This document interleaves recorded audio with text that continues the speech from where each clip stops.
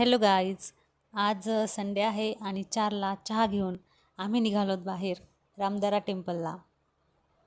आज खूप दिवसानं मी स्कूटी चालवायला घेतली होती आणि मी आता नुकतीच स्कूटी चालवायचं शिकले, त्यामुळे मी स्वतःच चालवत होते.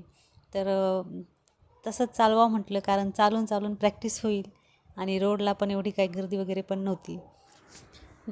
सो मी म्हटलं की चला आपण चालूयात स्कूटी, कारण चालवल्याशिवाय तरी डेअरिंग येणार कशी.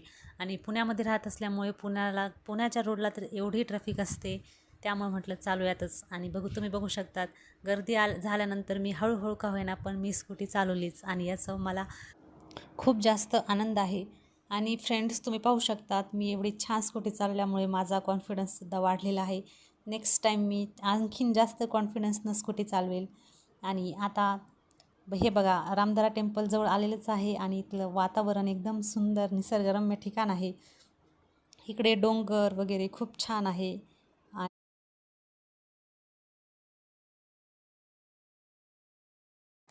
सो फ्रेंड, आता आपण पोचतच आहोत आपल्या डेस्टिनेशनला.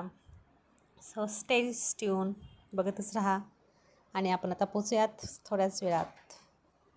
आता मी इथून पुढे यांच्याकडे गाडी देणार आहे चालवायला, कारण इथून गर्दी खूप जास्त होती आणि समोर डोंगर असल्यामुळे रस्तासुद्धा खालीवरती आहे.